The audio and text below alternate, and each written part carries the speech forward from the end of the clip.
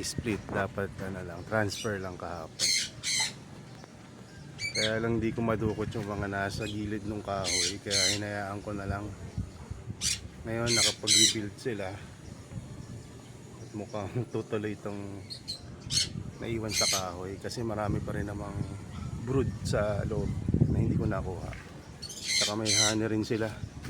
So dito naman, ito yung ating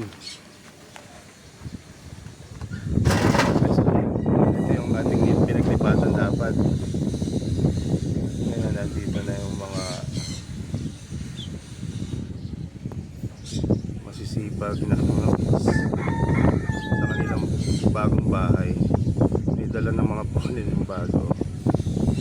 Tapos hindi rin ganun kaganda yung box na nagawa ko. Ibig sabihin may mga uwang, pero ganun pa man, nakoberan na nila. Ayan o, nalagyan na nila ng structure na para hindi pasukin ng hangin at ng mga predator.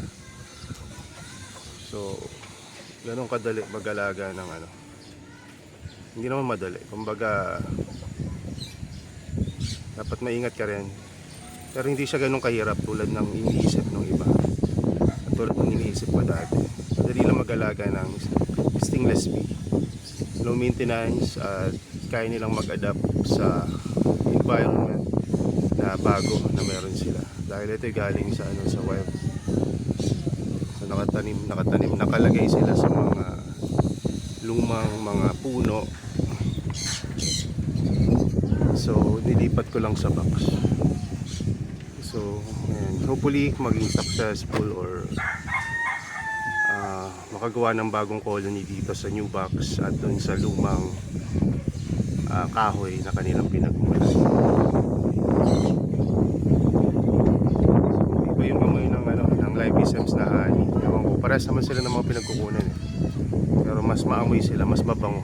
Siguro dahil tag-init ngayon, amoy flower yung kanilang honey. Lang.